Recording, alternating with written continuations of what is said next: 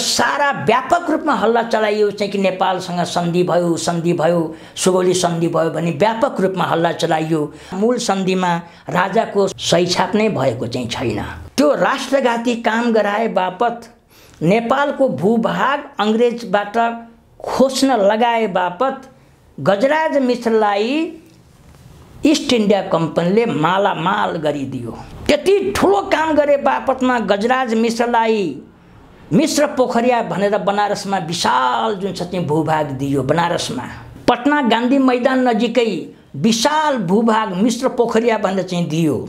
सारा जुन छ चाहिँ दौलत ऐश्वर्य चाहिँ ईस्ट इन्डिया कम्पनीले चाहिँ दियो। गजराज मिश्र भनेका बडा रहस्यमय व्यक्तित्व, जासुस हुन्, अंग्रेजका एकदमै हितैषी, नेपालको हितैषी देखाउने तर भित्रभित्रै अंग्रेजका असाध्यै ठुला जुन चाहिँ हितैषी। गजराज मिश्रलाई गोर्खा दरबारबाट पनि निष्कासन गरिएको चाहिँ थियो। उनका गतिविधिहरू शङ्कास्पद भएको हुनाले पहिले पनि उनलाई गोर्खा दरबारबाट निर्वासन गरेको चाहिँ थियो र बनारसमा गएर बस्थे। र बनारसमा उनी बस्दै र असाध्यै चतुर खेलाडी चाहिँ थिए। भित्रभित्र अंग्रेजका परम भक्त र परम गाइड निर्देशक पनि चाहिँ थिए। र नेपाल र अंग्रेजको बीचमा सन्धि भयो भन्ने कुरा थाहा पाएपछि चीनले पठाएको जुन सेनापति चाहिँ थिए, फौजसँग आएका सेनापति ल्हासासम्म पुगेर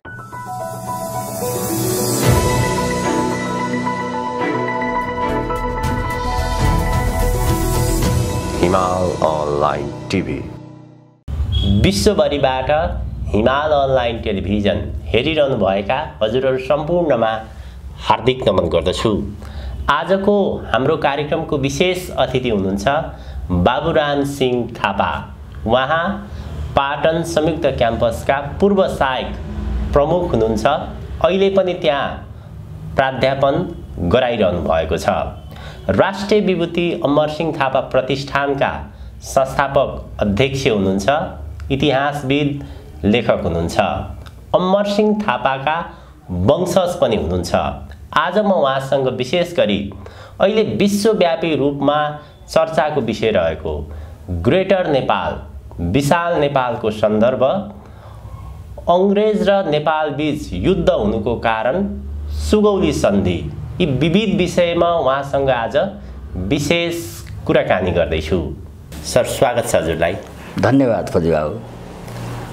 पछिल्लो महिना विशाल नेपाल, ग्रेटर नेपालको निकै चर्चा छ। खास गरी काठमाडौँ महानगरपालिकाका मेयर बालेन शाहले ग्रेटर नेपालको नक्सा आफ्नो कार्यकक्षमा राखे। त्यसपछि नेपालमा मात्र होइन, यो विश्वभरि नै चर्चाको विषय बनिरहेको छ। हजुर एउटा ऐतिहासिक व्यक्तित्व पनि हुनुहुन्छ, अध्ययनकर्ता पनि हुनुहुन्छ।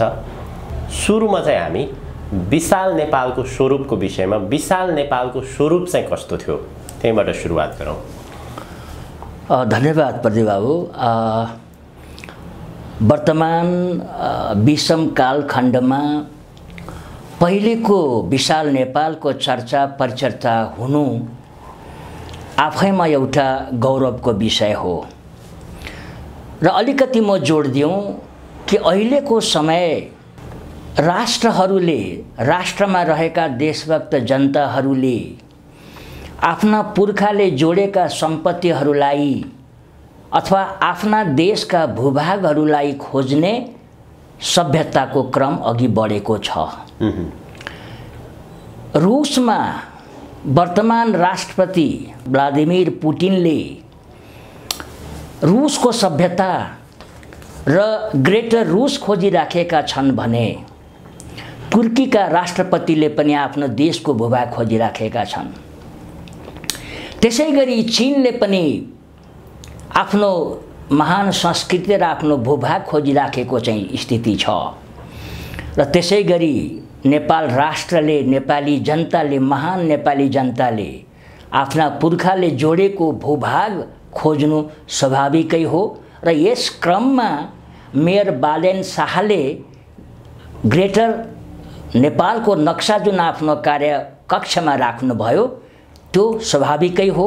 नेपाल आमाको सच्चा छोराको नाताले उहाँले जुन कार्य गर्नुभयो त्यो स्तुत्य चाहिँ छ र त्यसको लागि म उहाँलाई बधाई दिन चाहन्छु। र जहाँसम्म विशाल नेपालको कुरा चाहिँ छ त्यसलाई हामीले अखण्ड नेपाल पनि भन्ने गर्छौँ।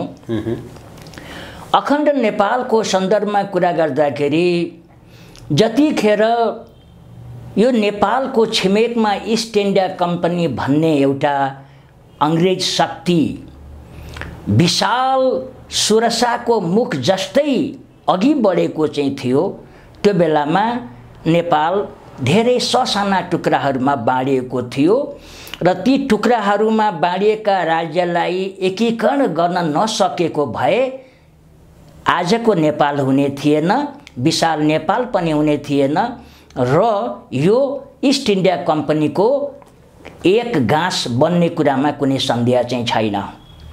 यही समयमा यस्तै सङ्कटकालको समयमा साना गोर्खाका राजा पृथ्वीनारायण शाहले नेपाललाई साँच्चै नै यो टुक्रिएको नेपाललाई नजोड्नु भने यो विदेशीको दासत्वमा जान्छ।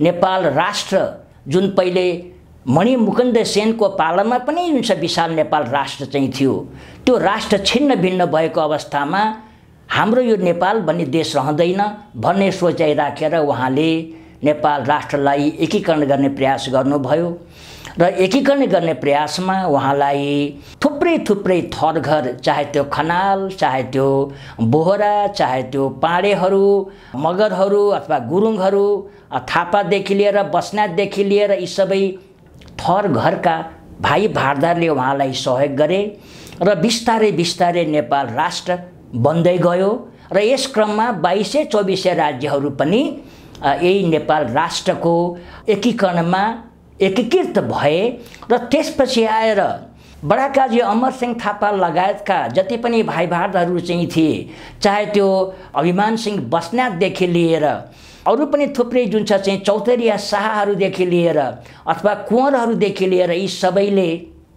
मिलेर यो नेपाल देशलाई अघि बढाउने क्रममा लडाईँ लड्दै गए र यिनीहरूले क्रमशः कुमाऊँ दखल गरे, कुमाऊँ पछि गढवाल दखल गरे र गढवाल पछि 12 ठकुराई हुँदै यो देशको सीमा काङ्गडासम्म पुग्यो र काङ्गडामा त्यसबेला एकदमै प्रसिद्ध र शक्तिशाली जुन राजा चाहिँ थिए संसारचन्द, तिनसँग बडाकाजी अमरसिंह थापाको 4 वर्षसम्म लडाईँ चलिरह्यो।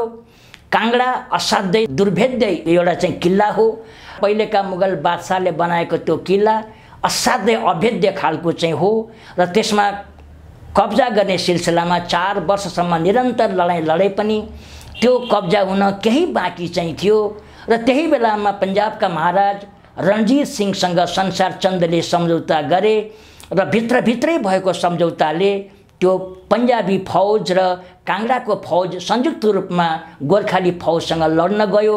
लड्दाखेरि गोर्खाली फौजको हार भएर अमरसिंह थापा यो सतलज वारी आएर बस्न बाध्य भए, यद्यपि कि उनको धोको कश्मीरसम्म पुग्ने रहेको थियो र त्यस क्रममा अमरसिंह थापाले 100औं लडाईँ लड्दै नेपाललाई सानो गोर्खा राज्य जुन थियो पहिले, त्यस राज्यको एकीकरण गर्नको लागि उनी निरन्तर लड्दै रहे र लड्दै उनी काङ्गडासम्म चम्बासम्म पुगेर अनि त्यहाँ पराजय स्वीकार गरेर उनी चाहिँ सतलजमा आएर बसेका हुन् र यसरी नेपाल यो देश काङ्गडा चम्बासम्म पुग्यो र त्यसभन्दा पनि पहिलेको इतिहास चाहिँ छ कि खस राजा अशोक चल्लको समयमा पनि यो नेपाल देश गढवालसम्म पुगेको इतिहास चाहिँ छ र गढवालको एउटा मन्दिरमा खस राजाले यो हाम्रो राज्य हो भनेर उनीहरूले आफ्नो त्यहाँ मन्दिर बनाएका चाहिँ छन्, घण्टा राखेका चाहिँ छन्। त्यसैले नेपाल देश त प्राचीन कालदेखि नै विशाल नेपालको रूपमा रहेको चाहिँ छ। जस्तो खस राजाहरूले मुक्तिनाथलाई अथवा जुन छ केदारनाथ बद्रीनाथलाई साक्षी राखेर हाम्रो राज्य हो रजाई हो भनेर लेखेका लेखकहरू पनि हामीसँग उपलब्ध चाहिँ छन्। यसरी यो विशाल नेपाल राज्य बनेको हो चम्बासम्म, काङ्गडा चम्बासम्म। कहाँनिर गएर विशाल नेपालको यात्रा टुङ्गेको देखिन्छ भने हामीले इतिहासमा फर्केर हेर्दाखेरि सन् 1814 1 नोभेम्बरमा नेपाल र अङ्ग्रेज बीच युद्ध भयो, जसलाई एङ्ग्लो नेप्लिज वारको रूपमा पनि चिनिन्छ। 1 नोभेम्बर 1814 देखि 1816 सम्म हजुर युद्ध जारी र 1816 मार्च 4 को दिन चाहिँ यो युद्ध आएर टुङ्ग्यो, जसलाई सुगौली सन्धि भनेर भनियो। अलिकति हामी यो युद्धका कारणहरू, जस्तै अङ्ग्रेज र नेपाल बीच किन युद्ध भयो, युद्धका कारणहरू खास के थिए, त्यसमा अलिकति हामी जाउँ, त्यसपछि सन्धिको विषयमा आउँछु म। समसामयिक प्रश्न र एकदमै संवेदनशील प्रश्न हो यो। नेपाल अङ्ग्रेज युद्धको कारणहरूमध्ये सबैभन्दा पहिलो कारण त के हो भन्दाखेरि इस्ट इन्डिया कम्पनी नेपालभित्र प्रवेश गर्न चाहन्थ्यो र नेपाललाई आधार क्षेत्र बनाएर यसले तिब्बतलाई प्रहार गर्ने र तिब्बतबाट अघि बढ्दै गएर चीनमाथि प्रहार गर्ने नै उसको योजना हो। जसरी आज हामीले एमसीसीका कुरा गर्छौं र अमेरिकी योजनामा नेपाललाई बेस क्याम्प बनाएर आधारभूमि बनाएर तिब्बत हुँदै चीनमाथि प्रहार गर्ने योजना अहिले बनेको चाहिँ छ। ठीक यस्तै योजना इस्ट इन्डिया कम्पनीको पनि त्यो बेला रहेको थियो र पृथ्वीनारायण शाहले जुन आफैमा एउटा सादा खुन योगी हुन्, उनले धेरै पहिले भनेका थिए कि नेपालमा फिरङ्गीहरू आउँछन् अथवा इस्ट इन्डिया कम्पनी अथवा अङ्ग्रेज ब्रिटिस नेपालमा आउँछ र ती आउनुभन्दा अगाडि नै आफ्ना चाहिँ किल्लाहरू गढीहरू बलियो बनाएर राख्नु है, जाई कटक नगर्नु, झिकी कटक गर्नु भनेको गढी किल्लाहरूलाई मजबुत बनाएर दह्रो भएर यहाँ तिमी बस, त्यो अङ्ग्रेज शक्ति फिरङ्गी शक्ति विदेशी शक्ति यहाँ आउँछ, तिमी त्यसमाथि गएर एट्याक नगर्नु, उसले तीमाथि एट्याक गर्दाखेरि पुरुषार्थ निकालेर त्यसलाई सिद्ध्याउनु भन्ने उहाँको उपदेश थियो। उहाँले पहिले नै स्पष्ट रूपमा देखिसक्नु भएको चाहिँ थियो कि कुनै न कुनै दिन त्यो अङ्ग्रेज शक्ति नेपालमा आउँछ नै र उहाँले भन्नुभएको चाहिँ थियो कि यदि विदेशी शक्ति नेपालमा प्रवेश गर्यो भने, यदि विदेशी शक्ति नेपालभित्र प्रवेश गर्छ भने त्यसले नेपाल देशलाई छिन्न भिन्न पार्छ, नेपाललाई दास बनाउँछ, नेपालमा अशान्ति मचाउँछ, त्यसैले त्यो शक्तिलाई भित्र छिर्न नदिनु है भनेर पृथ्वीनारायण शाहले आफ्ना भाइ भारदारलाई त्यो उपदेश सुनाएका थिए र त्यसैको प्रभावले चाहे त्यो अमरसिंह थापा, चाहे भक्ति थापा, चाहे बलभद्र कुँवर, चाहे रामकृष्ण कुँवर, चाहे शिवराम सिंह बस्नेतदेखि लिएर चाहे कालु पाँडे अथवा जुन चाहिँ झागल गुरुङदेखि लिएर वंशु गुरुङदेखि लिएर यी सारा भाइ भारदारहरू जति पनि चाहिँ छन्, तिनको मनमा एउटा कुरा के गढेको थियो, के स्पष्ट थियो भन्दाखेरि फिरङ्गीलाई कुनै पनि हालतमा यहाँ आउन दिन हुँदैन। एकातिर यो उपदेशले काम गरेको थियो भने र उनीहरूले त्यो सिद्धान्तलाई हृदयमा राखेर बसेका थिए भने भीमसेन थापाको पनि त्यही नै हो। उनी त कट्टर राष्ट्रवादी चाहिँ देशभक्त चाहिँ थिए। त्यो थियो भने इस्ट इन्डिया कम्पनी कुनै पनि हालतमा नेपाल प्रवेश गर्न चाहन्थ्यो र एउटा महत्त्वपूर्ण कारण यो पनि हो, ऊ यहाँ आफ्नो रेजिडेन्सी राख्न चाहन्थ्यो। त्यसको लागि पनि उसले नेपालसँग न्यु खोज्न थाल्यो। एउटा त्यो व्यापारको त छँदैछ, उसले व्यापार नेपाल भएर व्यापार गर्ने एउटा माध्यमको कुरा गर्थ्यो, तर उसको उद्देश्य के थियो भन्दाखेरि नेपालमाथि हमला गर्ने अथवा नेपाललाई क्याप्चर गर्ने र नेपाललाई आधार बनाएर बाहिर चीनतिर हान्ने भन्ने उसको मुख्य उद्देश्य रहेको थियो। दोस्रो कुरामा उसँग जस्तो चाहिँ ऊ त चिसो देशको मान्छे, ठन्डी देशको मान्छे, उसलाई भारतीय गरम इलाकाहरू, भारतीय जुन तातो ठाउँहरू भन्दा पनि जस्तो सिमला, मन्सुरी, नैनीताल यी सारा असाध्यै स्वास्थ्यप्रद, एकदमै स्वास्थ्य दिने ठाउँ, राम्रा ठाउँ, हावा पनि राम्रो भएको ठाउँ, चिसो ठाउँ उसले खोजेको चाहिँ थियो र त्यो नेपालको अधीनमा रहेको हुनाले पनि उसले ती ठाउँलाई कब्जा गर्न चाहन्थ्यो। दोस्रो पोइन्ट। तेस्रो चाहिँ थियो उसको पनि आफ्नो भूमि विस्तारवादी सिद्धान्त र भूमि विस्तारवादी सिद्धान्तले गर्दाखेरि उसले जहिले पनि नेपालको 22 मौजामाथि उसले दाबी राख्यो। उसले भन्यो कि नेपालका 22 मौजाहरू जुन बारा सिमरौनगढ परगन्नामा पर्छन्, ती 22 मौजाहरू ती हामीलाई दे, हाम्रो हो भनेर उसले दाबी गरिराखेको थियो। र जहाँसम्म 22 मौजाको सवाल चाहिँ छ, सिमरौनगढ परगन्ना अन्तर्गतको चाहिँ त्यो जुन जग्गा हो त्यो नेपालको चाहिँ थियो र नेपालको दाबी थियो चाहिँ कि मकवानपुर हस्तगत गरेपछि, मकवानपुर राज्य नेपालमा आएपछि त स्वतः ती मकवानपुरका मौजाहरू हुन्, ती 22 मौजाहरू 12 जुन बारा सिमरौनगढ हामी कुरा गर्दै चाहिँ छौँ ती जग्गा त हाम्रा हुन् भनेर नेपालले दाबी गर्थ्यो र उसको स्पष्ट दाबी थियो कि यो कुरा त हामीले पहिले नै हाम्रो हातमा आएको त्यो जग्गा हो मकवानपुरको सेन राजाको जुन त्यो जग्गा हो त्यसमा त हाम्रो आधिपत्य कायम भयो त्यसैले हाम्रो हो त्यो भन्थ्यो भने अङ्ग्रेजले बेतियाका राजा वीर किशोर सिंहलाई उचालेर त्यो मौजा हाम्रो हो भनेर मुद्दा पनि कलकत्तामा चाहिँ गभर्नर जनरलको अफिसमा उसले गर्न लगाएको चाहिँ थियो यति क्रम हो। यतापट्टि बुटवल शिवराज पहिले पाल्पाको हो त्यो गुल्मी अर्घाखाँचीको हो र त्यतापट्टि पनि गोरखपुर जुन सम्मको जुन जग्गा हो नेपालको त्यसमा अङ्ग्रेजले भन्थ्यो चाहिँ कि त्यो हाम्रो जग्गा हो हाम्रो आधिपत्यको जग्गा हो।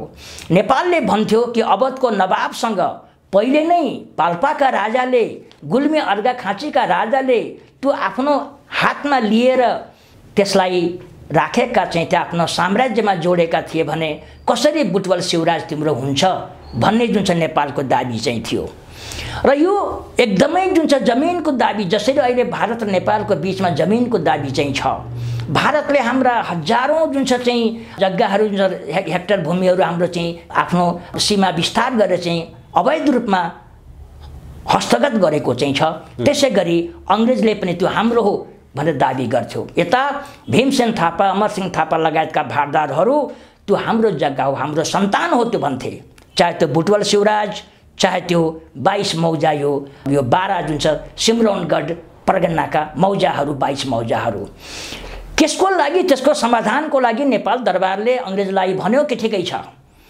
तिमीले पनि प्रमाण लिएर आऊ हामी पनि प्रमाण लिएर आउँछौँ बसौँ छलफल गरौँ आफ्ना दाबीहरू प्रस्तुत गरौँ कागजातहरू पेश गरौँ र जसको हकदाबी पुग्छ त्यसमा मन्जुर चाहिँ छ।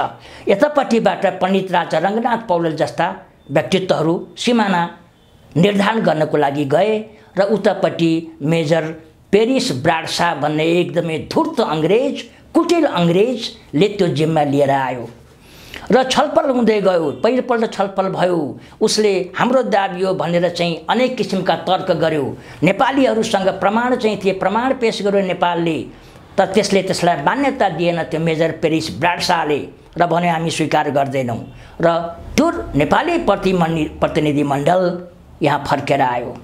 त्यसपछि दोस्रो पल्ट पनि त्यही मेजर पेरिस ब्राडसासँग बुटवल शिवराजको कुरा र 22 मौजाको कुरालाई लिएर फेरि छलफल भयो र त्यो मेजर पेरिस ब्राडसाले यसरी यो वार्ता लम्ब्याउनुको पछाडि यसले यसरी धुर्त्याइ गर्नुको पछाडि अङ्ग्रेजलाई मौका दिनु रहेछ र हामीले के देख्छौँ भन्दाखेरि यतापट्टि हुनुभन्दा अगाडि पहिला दाबी गर्यो उसले दाबी गरेको उसले यी कुरामा दाबी गर्यो चाहिँ कि यो हाम्रो मौजा हो फर्काइदेऊ बुटवल शिवराज हाम्रो फर्काइदेऊ यो फर्काएनौ भने हामी तिमीलाई बाँकी राख्दैनौँ भनेर उसले खुल्याम एउटा युद्धको जुन छ चुनौती दिएको हामी देख्छौँ हामी लडेर पनि लिन्छौँ भन्छ र त्यो बेलामा हेस्टिङ जुन चाहिँ छ यो एकदमै युद्ध सरदारको रूपमा चाहिँ यो आएको हुन्छ र उसले नेपाललाई हडप्ने योजना बनाएको हुन्छ र हामीले के पाउँछौँ भन्दाखेरि हेस्टिङ भन्ने जुन लर्ड चाहिँ त्यो बेलामा इस्ट इन्डिया कम्पनीको शासक थियो पुरै भारतलाई खाएर बसेको उसले लखनऊको नवाब गाजीउद्दिन हैदरसँग 2 करोड रुपियाँ लिएको छ लडाईँको लागि। यता वार्तालाप चलाउँदै चाहिँ छ कुराकानी गर्दै चाहिँ छ उतापट्टि युद्धको तयारी गर्दै चाहिँ छ र युद्धको तयारी गर्नको लागि गाजीउद्दिन हैदर जुन नवाब हो लखनऊको नवाब अवधको नवाब जुन हो उसँग 2 करोड भनेको अहिलेको करिब 2 अरब भन्दा पनि बढी रकम हुन्छ त्यो लडाईँको लागि उसले प्रयोग गरेको हामी देख्छौँ लिएको देख्छौँ जबरजस्ती। यसको साथसाथै अलखनन्दामा मुरक्राफ्ट भन्ने एउटा अङ्ग्रेज जासुस समातिन्छ र त्यो जासुसले 12 ठकुराई गढवाल हिमाचल प्रदेश कुमाऊँ लगायतका भूभागको नक्साङ्कन गरेको जम्मै त्यहाँ चाहिँ देखिन्छ नक्साङ्कन उसले गरेको हुन्छ किनभने लडाईँ हुनुभन्दा अगाडि चाहिँ स्केच गरिन्छ कहाँ म्यापिङहरू गरिन्छ लड्नको लागि र मुरक्राफ्ट भन्ने सन्यासीको भेषमा चाहिँ त्यो गयो र सन्यासीको भेषमा गएको मुरक्राफ्टले अलखनन्दाको तीरतिरै अथवा जुन चाहिँ हिमाचल प्रदेश गढवालका चप्पा छानेर सन्यासीको भेषमा आफ्ना साथीहरूसँग भित्र उसको बोराका भित्र बन्दुकहरू पनि चाहिँ थिए हतियारहरू पनि चाहिँ थिए उसले सारा नक्साङ्कन गर्छ र नेपाली सरदारहरूले नेपाली रक्षकले उसलाई समात्छन् उनीहरूले हतियार देख्छन् र नक्साहरू देख्छन् र त्यो बेलाका जुन चाहिँ कुमाउँका जुन शासक थिए ब्रह्मशाह उसलाई खबर गर्छन् चाहिँ कि यस्तो अङ्ग्रेज जासुस यहाँ देखा परेको चाहिँ छ, समातेर उस कहाँ पुर्याइन्छ र चौतरिया ब्रह्मशाहले असाध्यै ठुलो चाहिँ धोका दिन्छन् नेपाल देशलाई। त्यो अङ्ग्रेज जासुस मुरक्राफ्टलाई त्यो जुन चित्राङ्कन चाहिँ छ अथवा जुन चित्रहरू कोरिएका सारा त्यो सहित नै उसलाई जान दिन्छन्, जसले गर्दाखेरि अङ्ग्रेजलाई पछि कुमाउँ गढवाल हान्न धेरै सजिलो भयो। यदि त्यो मापन जुन छ चाहिँ नक्साहरू हामीले आफ्नो साथमा लिएका भए गढवाल र कुमाउँ जस्ता अथवा हिमाचल प्रदेश जस्ता दुर्गम्य ठाउँहरूको नक्सा नभएको भए उसलाई पनि धेरै गाह्रो पर्थ्यो। यसैले एकातिर जासुस पठाउने, गाजीउद्दिन हैदरसँग करोडौँ रुपियाँ लिएर चाहिँ युद्धको तयारी गर्ने र नेपाललाई जुन चाहिँ हामीलाई बस्नको लागि ठाउँ देऊ, व्यापार गर्न ठाउँ देऊ भन्ने र यतापट्टि जुन छ चाहिँ जग्गाको विषयमा एकदमै जुन छ उग्र रूप लिएर आखिरमा त्यही जग्गाको लागि नेपाल अङ्ग्रेज युद्ध प्रारम्भ भएको हामी देख्छौँ। यदि शान्तिपूर्ण रूपमा समाधान भइदिएको भए, यदि रङ्गनाथ पौडेल गुरुज्यू र उताको मेजर प्रेस बाडशाहले राम्रो सद्बुद्धि लिएर राम्रो सुमति लिएर यदि जुन चाहिँ यो समाधान गरिदिएको भए जग्गाको समाधान हुने बित्तिकै नेपाल अङ्ग्रेज युद्ध हुने स्थिति चाहिँ थिएन। तर अङ्ग्रेजले योजनाबद्ध रूपमा आफ्नो तयारी गरिराखेको चाहिँ थियो भन्ने कुरा प्रष्ट हुन्छ र नेपाललाई कुनै पनि हालतमा एट्याक, जस्तो कतिपय इतिहासकारहरूले कतिपय जुन छ चाहिँ यहाँका मानिसहरूले त्यो बेलामा भीमसेनले जुन छ चाहिँ ठुलो गल्ती गरे, उनले किन लड्न गएका हुन्, लड्न हुँदैन थियो भन्ने कुराहरू पनि गरेका चाहिँ छन्। र त्यो भारदारी सभा बस्दाखेरि जनरल अमर सिंह थापा, भीमसेनका बुवा जनरल अमर सिंह थापा र चौतरिया प्राण शाहले मात्रै समर्थन गरेका थिए। इभन त्यो बेलामा अमर सिंह थापाले पनि भनेका थिए कि अहिले लड्न हुँदैन। तर मलाई जहाँसम्म लाग्छ, मैले मेरो व्याख्यामा यदि अमर सिंह थापा ठिकै छ, उनी लडाइँको मोर्चामा चाहिँ थिए, उनलाई अनुभव चाहिँ थियो, तर त्यति मात्र नभएर कूटनीतिको हिसाबले पनि जनरल अमर सिंह थापा जुन भीमसेनका बुवा पाल्पाका प्रशासकले गोरखपुरतिर पटनातिर आफ्ना जासुस छोडेका चाहिँ थिए र उनले थाहा पाए कि कुनै पनि हालतमा जुन छ चाहिँ नेपालमाथि अङ्ग्रेजले एट्याक गर्छ भन्ने थाहा पाएको हुनाले उनले भीमसेन थापालाई स्पष्ट भनेका चाहिँ थिए कि यदि हामी लडेनौँ भने पनि अङ्ग्रेजले हामीलाई बाँकी राख्दैन। त्यसैले हामी आफ्नो नेपाली जातिको वीरता सुरता हामीले देखाउन सक्नुपर्छ। देखाउन सक्यौँ भने हामी बाँच्न सक्छौँ, दास भयो भने हामीलाई उसले सिधाइदिन्छ भने चाहिँ पूर्ण रूपमा युद्धकै तयारी गरेर युद्ध गर्ने मनसायमै पुगिसकेका थियो। बिल्कुलै पुगिसकेका चाहिँ थियो र नेपाललाई कुनै पनि हालतमा जुन छ चाहिँ नेपालमाथि एट्याक गर्ने, यहाँ रेजिडेन्सी राख्ने र चीनमाथि प्रहार गर्ने जस्तो अहिलेको जुन एमसिसीको योजना हो, ठ्याक्कै त्यो योजना चाहिँ त्यो बेला पनि बनेको हो। र अनि यसरी एउटा जग्गाको न्युमा मेजर पेरिस ब्राड शाहले र रङ्गनाथ गुरुज्यूसँग सरसल्लाह आफ्नो प्रमाणको आधारमा त्यहाँ समाधान गरेको भए हुन्थ्यो नि त। तर त्यो गर्न चाहेन अङ्ग्रेजले, किनभने नेपालमाथि एट्याक गर्नु चाहिँ थियो, खालि एउटा बहाना मात्रै। त्यसैले यो जग्गा जमिन तराईको तकरारी जमिनलाई लिएर उसले नेपालमाथि एट्याक गर्यो। युद्ध जसरी सुरुवात भयो 1 नोभेम्बर 1814 अङ्ग्रेजले युद्धको घोषणा गरेर नै त्यो दिनबाट युद्धको सुरुवात गर्यो कि अचानक नै उसले अट्याक गर्यो, कस्तो थियो त्यो? युद्धको सुरुवात हामी के देख्छौँ भन्दाखेरि बुटवल शिवराजको बोर्डरमा त्यहाँ नेपालको एउटा चाहिँ आफ्नो चौकी चाहिँ थियो। त्यो चौकीमाथि छिटपुट लडाइँ भइराखेका चाहिँ थिए। गोरखपुरबाट अङ्ग्रेज फौज आयो, अङ्ग्रेज सेना आयो र चाहिँ त्यो सेनाले चौकी लुट्यो र त्यहाँका केही नेपालीहरू पनि त्यहाँ हताहत भए। त्यो खबर पाएपछि मुख्तियार भीमसेन थापाले होइन त्यसरी जुन छ क्याप्चर गर्न दिन हुँदैन, भोलि समस्या हुन्छ, हाम्रो जग्गा हो, हाम्रो भूमि हो भनेर उनले त्यो चौकीमाथि पुनः एट्याक गर्न आदेश दिए र त्यहाँ जुन छ चाहिँ केही अङ्ग्रेज हताहत भएर उनीहरू चौकी छोडेर भागे। र यस्तै हुँदै थियो, यही अलिकति क्रम जारी चाहिँ थियो र उसले गोरखपुरमाथि एट्याक गर्यो नेपालले भन्ने पनि एउटा बहाना जस्तो बनायो, जबकि सामान्य चाहिँ त्यो एट्याक दुवै पक्षबाट भएको हो। र त्यसपछि आएर उसले अरू कुनै पनि ठाउँमा युद्ध घोष नगरिकन, युद्धको कुनै निम्तो पनि नदिइकन अथवा तिमीमाथि हामी युद्ध गर्दैछौँ नभनिकन 81 हामी देख्छौँ चाहिँ कि नाला पानीमा मेजर जनरल जिलेस्पीले, जबकि त्यो बेलामा नेपाली चेलीबेटीहरू त्यहाँ थिए, सेनाहरू चाहिँ थिए करिब 600 को सङ्ख्यामा सबै मिलाएर। त्यहाँ नेपालीहरूको महान चाड दसैँ मनाउँदै चाहिँ थियो र सम्भवतया नवमीको दिन उहाँ जुन हाम्रो चाहिँ त्यो फौज चाहिँ थियो त्यहाँ सेना चाहिँ थियो र त्यहाँ बालक बालिकाहरू युवा युवतीहरू चाहिँ थिए। तिनीहरूले दसैँ मनाइराखेको बेलामा 81 मेजर जनरल जिलेस्पीको नेतृत्वमा रहेको अङ्ग्रेजी फौजले त्यो कलङ्गा दुर्गमाथि एट्याक गरेको हो बिना युद्ध घोषणा। त्यसैले अङ्ग्रेजको जुन छ चाहिँ हरेक जुन पक्ष हामी देख्छौँ एकदम षड्यन्त्रमूलक, एकदम जुन छ अरूलाई दबाउने नियतले, अरूलाई दुःख दिने नियतले र साम दाम दण्ड भेद प्रयोग गरेर भए पनि आफ्नो बसमा ल्याउनको लागि, आफ्नो दास बनाउनको लागि उसले हरेक प्रयास गरेको देखिन्छ। त्यो युद्धको परिणाम चाहिँ कस्तो रह्यो? कुन कुन ठाउँमा नेपालको जित भयो, कुन कुन ठाउँमा नेपालको हार भयो? इतिहासलाई सिंहावलोकन गर्दाखेरि बारा जुन छ चाहिँ समरनपुर साइडमा जनरल मार्ले भन्ने यहाँ एउटा जनरलको अधीनमा फौज पठाइयो। त्यसै गरी मोरङमा मेजर जनरल लेटर भन्ने उसको अधीनमा त्यहाँ चाहिँ फौज पठाइयो।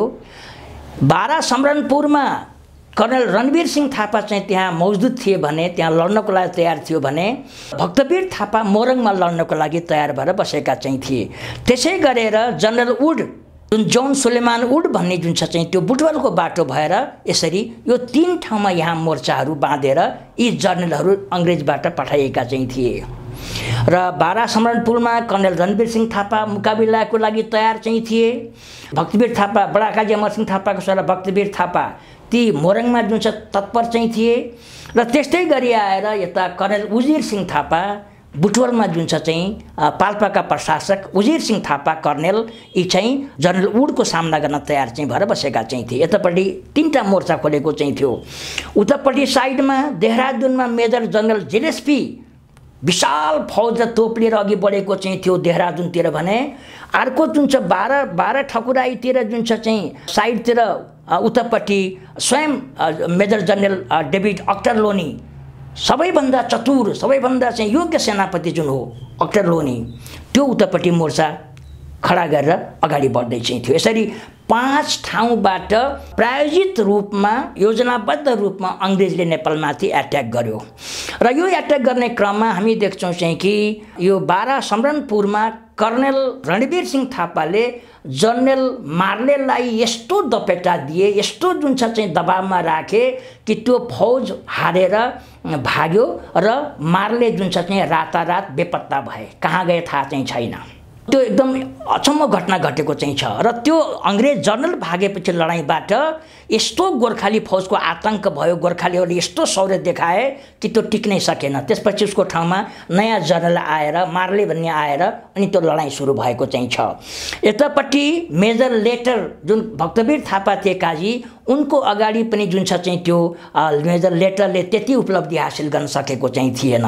यतापट्टि बुटवलमा त जुन छ चाहिँ हार्यो, जुन छ पुरै हारेको उदाहरण जितगढी हामी जुन भन्छौँ, त्यो कर्नल उजिर सिंहको अगाडि त्यो जनरल वुड त्यो टिक्नै सकेन र त्यहाँ हार भएको चाहिँ छ। र अर्कोतर्फ हामीले नालापानीको त हामीलाई बलभद्र कुँवरको इतिहास थाहा छँदै चाहिँ छ।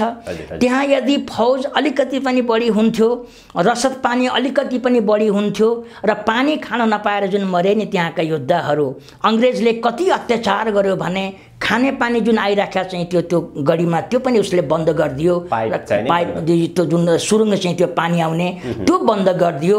र त्यसले गर्दाखेरि लड्ने योद्धाहरू प्यासा तिर्खै लागेर पनि पानी खान नपाएर पनि मरेको उदाहरण चाहिँ छ। यति निकृष्ट, यति निर्घिनी यो अङ्ग्रेज जुन छ चाहिँ जाति हो चाहिँ यो। त्यसपछि आएर उतापट्टि लडाइँ चल्दै गयो र अर्को जैथकमा नेपालको इतिहासमा, अङ्ग्रेजको इतिहासमा जैथकको लडाइँ असाध्यै महत्त्वपूर्ण चाहिँ छ। अमर सिंहका छोरा काजी रणजोड सिंह थापा जैथक किल्लाका सैन्य नायक चाहिँ थिए र त्यहाँ जुन छ चाहिँ यो जुन छ मेजर लाडलो र मेजर रिचर्ड्स भन्नेले ठुलो फौज र तोप लिएर जैथकमा आक्रमण गरेका चाहिँ थिए। र आक्रमण गर्दै गएपछि त्यो जैथक किल्लामा रहेका रणजोड सिंहले एकदमै जुन छ चाहिँ काल भैरव जस्तै भएर यति ठुलो र भयानक हमला गरे अङ्ग्रेजमाथि कि आधाभन्दा अङ्ग्रेज जुन छ हजारौँमा काटिए र आधाले ज्यान जोगाएर भागे र फेरि जैतक किल्लामा एट्याक गरे, तर कहिल्यै पनि जैतक किल्लालाई उनीहरूले क्याप्चर गर्न सकेनन्। जैतक किल्लाको रणजोर सिंह थापाले लडाइँमा कहिले पनि अङ्ग्रेजसँग हारेनन्, तर उनले कोत पर्वमा जङ्गबहादुर राणाबाट काटिनु पर्यो। त्यस्ता महायोद्धा जो अङ्ग्रेजसँग लडाइँमा हारेनन् तिनले निशस्त्र भएर शस्त्र लिएर गएनन् कोत पर्वमा, अनि त्यहाँ चाहिँ जङ्गबहादुरका भाइ भारदार सेनाहरूले उनलाई चाहिँ निहत्थालाई चाहिँ काटेको इतिहास चाहिँ छ। त्यसैले जैतक किल्लामा पनि चाहिँ त्यो घटना घट्यो र त्यसपछि आएर अब अङ्ग्रेज क्रमशः लडाइँ लड्दै गयो, अङ्ग्रेजसँग लडाइँ हुँदै गयो। नेपाली सेनामा रसद पानी एकदमै कम, रसद छँदै छैन। त्यो बेलामा अमरसिंहले आफ्ना रानीका गहना बेचेर जुन चाहिँ अन्न जुटाए भनिन्छ। हात हतियारको कमी चाहिँ थियो। 45,000 को फौज थियो अङ्ग्रेजको एट्याक नेपालमाथि गर्दाखेरि। 45,000 को फौज एकातिर चाहिँ थियो र 83 वटा अत्याधुनिक तोपहरू अङ्ग्रेजसँग चाहिँ थिए भने नेपालसँग कुल मिलाएर 12,000 फौज थियो र योसँग मध्यम खालका साना खालका केही तोपहरू चाहिँ थियो। खुँडा खुकुरी र बन्दुकको भरमा लडेका चाहिँ यो नेपाल आमाका ती सन्तानहरू। र पछि सरदार घमण्ड थापाले जाहेरी गरे, किन लडाइँ हारियो त भन्ने जाहेरी गर्दाखेरि लेखेका चाहिँ छन् कि नेपाली तिलङ्गाहरूमा पहाड जत्रो आँट चाहिँ थियो, योद्धाहरू हुन् ती, नेपाल आमाका सन्ततिहरू, देश बाहेक उनलाई केही मतलब चाहिँ थिएन, ती लड्दै रहे। तर सेनामा रसद सामग्रीको कमी भयो, सेनामा हतियारको कमी भयो, सेना सङ्ख्यामै कमी भयो र अन्तिम समयमा जब मलाउको राजगढमा अमरसिंह थापा चाहिँ लड्दै थिए अङ्ग्रेजसँग, उनसँग जम्मा गढीभित्र त्यो किल्लाभित्र 207 सैनिक चाहिँ थिए। मानव बाघलाई खोरमा जुन छ थुनिएको छ चारैतिरबाट हजारौँ हजार फौज, अत्याधुनिक तोपहरू आइराखेका चाहिँ छन् र त्यो बाघ जुन छ चाहिँ बाघको बच्चा डमरू हुँ भन्थे उनले चाहिँ अमरसिंहले। एक्लै जुन छ उनी 200 सेना भए पनि लडिराखेका चाहिँ थिए र यसरी लड्दै गएपछि अङ्ग्रेजहरू अगाडि बढ्दै गए र उनलाई अमरसिंहलाई एउटा चाहिँ के हौसला थियो भने कुमाउँबाट असाध्यै ठुला सेनापति हस्तिदल शाह ती आउने कुरा चाहिँ यहाँ आएको चाहिँ थियो र हस्तिदल शाह र उनीसँग केही फौज आयो भने अङ्ग्रेजसँग फेरि लड्ने र अङ्ग्रेजसँग भएका सारा भूभागहरू हामीले आफ्नो हातमा लिनुपर्छ। किनभने पृथ्वीनारायण शाहको गुरु गोरक्षनाथले त हामीलाई कश्मीरसम्म पुग्ने हामीलाई वरदान दिनुभएको छ भन्ने अमरसिंह थापाको धारणा चाहिँ थियो। गुरु गोरक्षनाथ बाबाको आशीर्वाद र पृथ्वीनारायण शाहको सपना कश्मीरसम्म पुगेर त्यो सपना पुरा गर्नुपर्छ भन्ने अमरसिंह थापा खोरभित्र चाहिँ बस्नु पर्यो र यतापट्टि हस्तिदल शाहको आशा गरेर बसेका चाहिँ थिए। हस्तिदल शाह कुमाउँको युद्धमा मारिए र त्यो चौतरिया जुन ब्रह्म साहब भन्ने चाहिँ हो, बम साहब भन्ने चौतरिया कुमाउँको, उसले त्यहाँबाट पनि फौज अमरसिंह थापाको गढीमा पठाइदिएन। के देखिन्छ भने यी चौतरियाहरू र बगाले थापा जुन वंश हो जसले नेपाल अङ्ग्रेज युद्धमा चाहिँ अङ्ग्रेजसँग सारा युद्ध लड्यो र अनि यसपछि आएर यो चौतरियाहरूलाई के लाग्यो भन्दाखेरि यदि थापाहरूले लडाइँ जिते भने त यो वंशको चहक अझै बढ्न सक्छ भन्ने सायद सोचले होला यिनी थापाहरूको अलिकति उन्नति प्रगति देख्न चाहँदैनथे। यिनले अमरसिंह थापालाई फौज पनि पठाएनन् र मुरक्राफ्ट पनि जासुसलाई पनि त्यतिकै छोडिदिए र आफ्ना सेनालाई त्यहीँ कुमाउँमा रोकेर राखिदिएको हुनाले मलाङको जुन चाहिँ राजगढ किल्लामा बसेका अमरसिंह थापाले फौज पाएनन् र फौज नपाएका हुनाले नेपालबाट पनि कुनै चाहिँ जुन रसद सामग्री अथवा जुन चाहिँ पैसा रूप चाहिँ पठाइएन, यहाँबाट पनि केही गएन र उनी एक्लो उनी लडाइँ लडिराखेका चाहिँ थिए। त्यही बेलामा यो ब्रह्म शाहले उनलाई अधिकार चाहिँ थिए, उनले पत्र पठाए कि अमरसिंह तिमीले आत्मसमर्पण गर भन्ने पत्र पठाइदिएको हुनाले त्यो उनको पत्र दरबारकै पत्र मानिन्थ्यो र त्यो पत्र पाएको हुनाले अमरसिंह थापाले आत्मसमर्पण गरे, किल्ला सुम्पिदिए र किल्ला सुम्पे पनि उनलाई अङ्ग्रेजहरूले असाध्यै ठुलो सम्मान गरेर केही तोपहरूका साथमा सैनिकहरूका साथमा अमरसिंहलाई पनि बिदाबारी गरे र केही तोप र सैनिकका साथमा काजी रणजोर सिंह थापालाई पनि बाबु छोरालाई पनि बिदाबारी गरे र यी दुईटै बाबु छोरा ब्रह्मदेव मण्डी जुन छ नेपालको सिमानामा आएर यी दुईटा बाबु छोराको मेलमिलाप भयो र यसरी एकातिर यहाँबाट दरबार यहाँ नेपालबाट सेना पनि गएन रसद सामग्री पनि गएन, धन पनि गएन र अभावै अभावमा सैनिक नभएरै त्यो लाचार भएर र बम शाहको जुन छ चाहिँ त्यो पत्रले गर्दाखेरि पनि अमरसिंह थापाले समर्पण गर्नु पर्यो। यद्यपि तिनले भनेका चाहिँ छन् कि म यो सुगौली सन्धिलाई कहिले पनि स्वीकार गर्दिनँ, म लडाइँ हारेकै छैन भनेर उनी अन्तिम समयसम्म पनि त्यही कुरा गरिराखे। र यसरी चम्बासम्म काङ्गडा चम्बासम्म जुन छ, जुन अमरसिंह लगायतका भारदारले जुन आर्जेको जुन भूखण्ड हो, जुन विशाल नेपाल हो, जुन अखण्ड नेपाल हो, त्यो नेपाल यसरी जुन छ चाहिँ त्यहाँ चौधरी ब्रह्म शाहको पत्रबाट उनले दिनु पर्यो र उनी फर्केर आए र त्यसपछि नेपाल दरबार र अङ्ग्रेजसँग सुगौली सन्धिको बारेमा चर्चा हुन थालेको हो। हजुर, अब हामी सुगौली सन्धिमा प्रवेश गरौँ। जसरी नेपाल र अङ्ग्रेज बीचको घनसान युद्धपछि 1816 4 मार्चमा सुगौली सन्धि भयो। त्यति बेला नेपालका तर्फबाट प्रतिनिधित्व गर्ने दुईजना पात्रहरू थिए, चन्द्रशेखर उपाध्याय र गजराज मिश्र। सुगौली सन्धि के थियो, कसरी भयो र यसको वास्तविकता के थियो? अझै पनि सुगौली सन्धिको बारेमा धेरै भ्रमहरू चाहिँ छन् र त्यो भ्रमहरूलाई उजागर गर्नु, चिर्नु आवश्यक देखिन्छ। भयो के भन्दाखेरि युद्ध विराम भयो। युद्ध विराम भएपछि अमरसिंह थापा गढवालबाट अथवा भनौँ न मलाउबाट यहाँ नेपाल फर्किनु भयो र मलाउबाट फर्केपछि यहाँ एउटा विशाल भारदारी सभा भयो र भारदारी सभा भएपछि के निर्णय भयो भन्दाखेरि होइन, अङ्ग्रेजसँग फेरि लड्नुपर्छ भन्ने त्यो सबै भारदारको राय भयो र पुनः अङ्ग्रेजसँग युद्ध गर्ने कुरा चल्यो। लडाइँ सुरु भयो र लडाइँ गर्दाखेरि डेभिड अक्टरलोनी जुन छ यो मकवानपुरको बाटो हुँदै आउँदै चाहिँ थियो।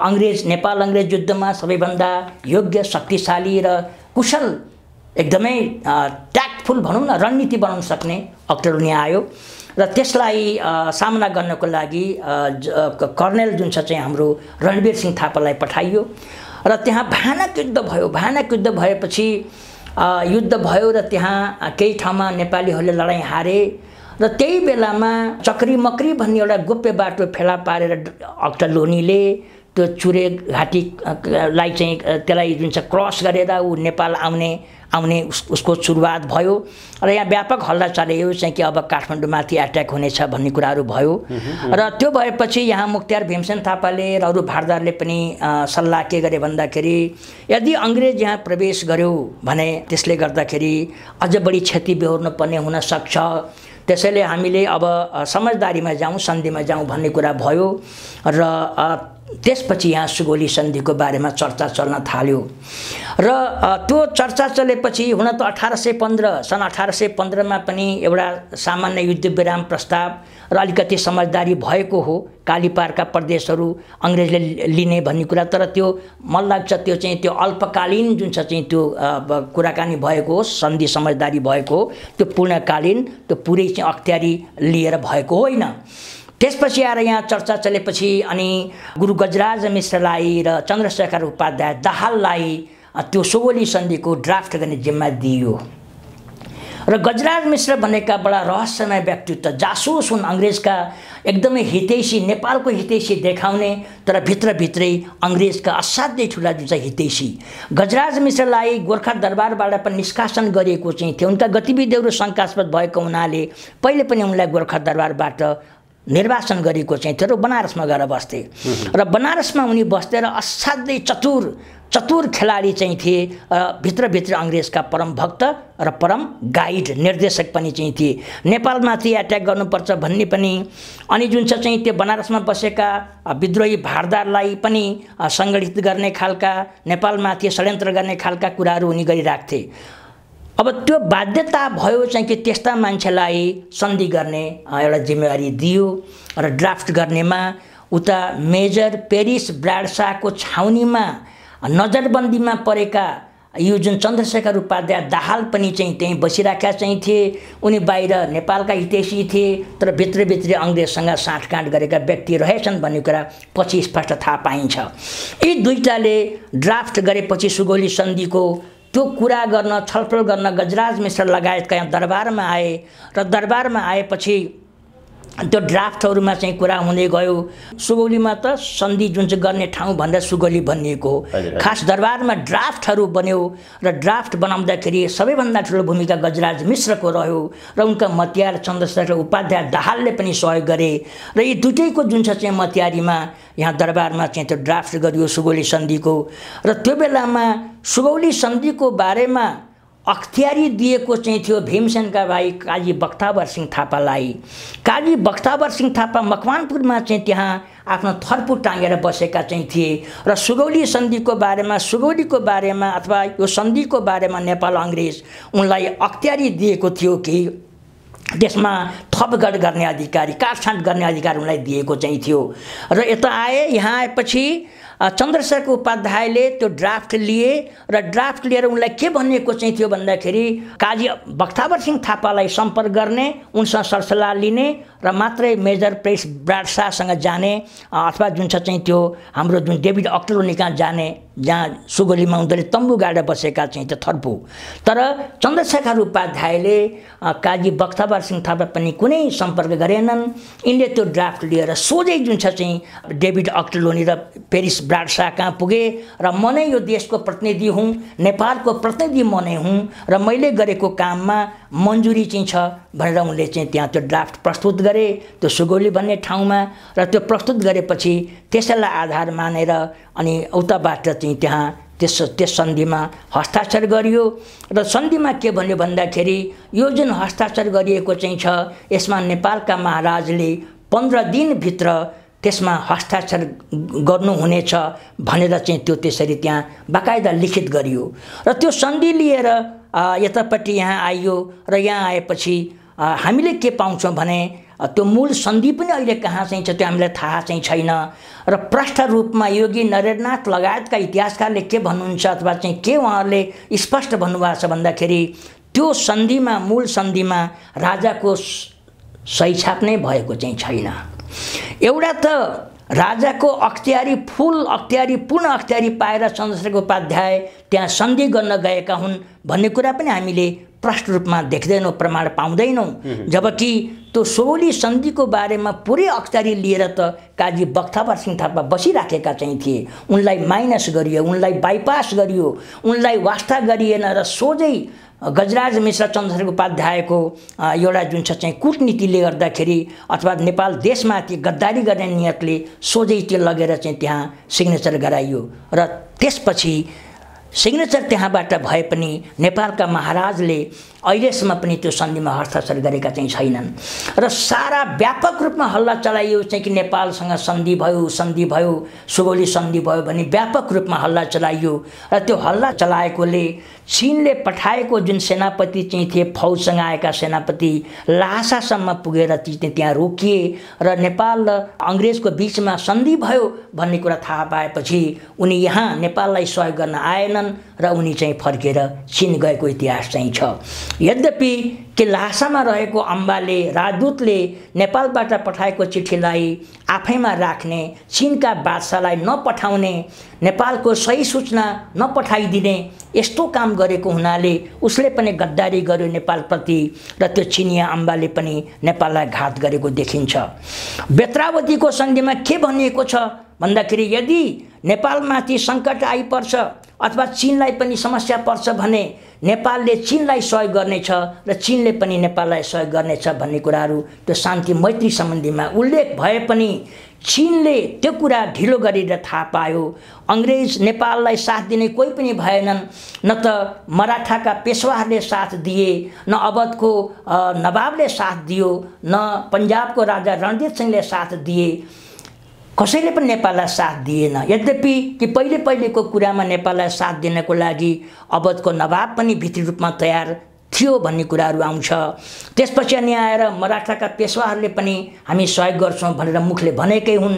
रणजीत सिंह पन्जाबको राजाले त असाध्यै जुन छ चाहिँ हामी तयार चाहिँ छौँ सिखहरू भनेर सहयोगको वचन दिएको हो। तर भित्रभित्रै उसले पनि अङ्ग्रेजसँग 1809मा सन् 1809मा ज्वालाजीको सन्धि गरेर काङ्गडाका संसार चन्द्रसँग मिलेर उसले काङ्गडा खाइदियो पन्जाबको राजाले र पछि पन्जाब राज्य नै सिद्धियो।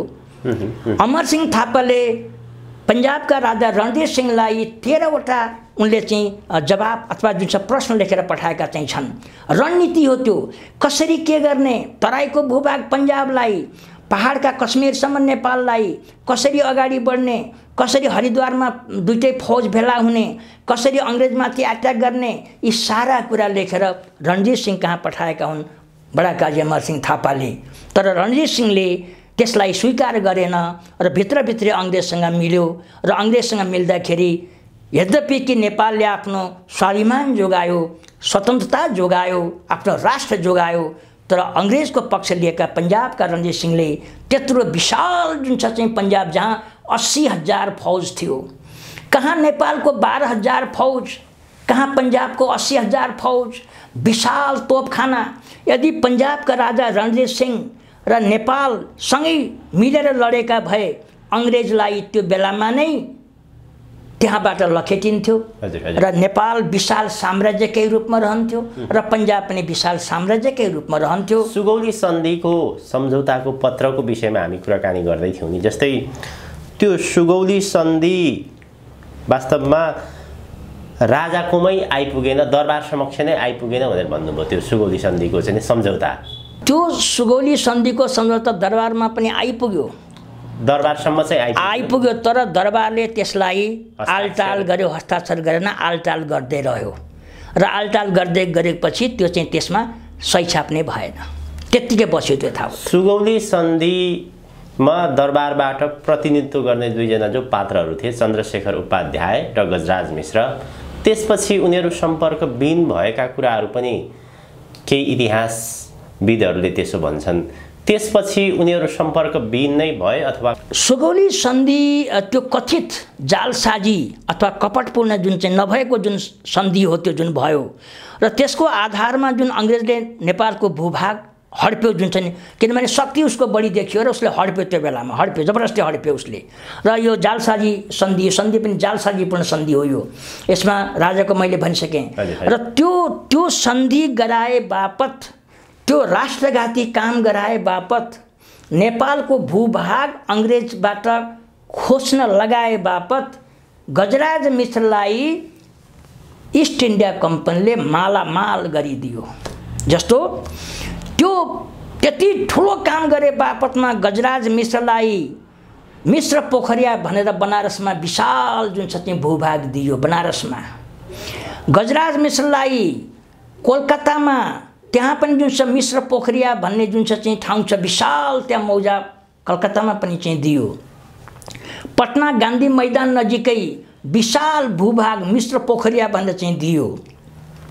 देहरादुनमा पनि ती गजराज मिश्रलाई विशाल भूभाग दियो र उनलाई जुन छ चाहिँ यति ठुलो काम तिमीले गरिदियौ गुरुजी भनेर जुन गजराज मिश्रलाई सारा जुन छ चाहिँ दौलत ऐश्वर्य चाहिँ इस्ट इन्डिया कम्पनीले चाहिँ दियो।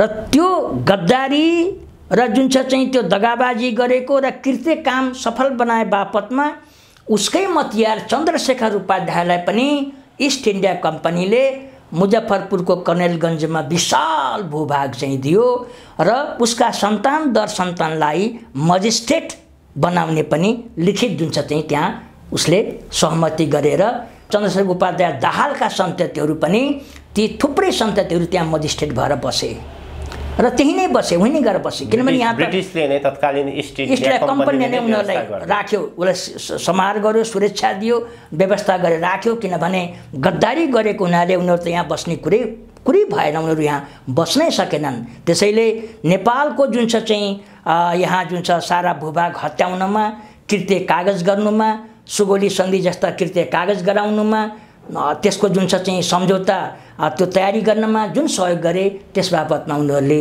ठुलो पुरस्कार पाए। देश अँध्यारो युगमा गयो अथवा देशले आफ्नो भूभाग गुमाउनु पर्यो।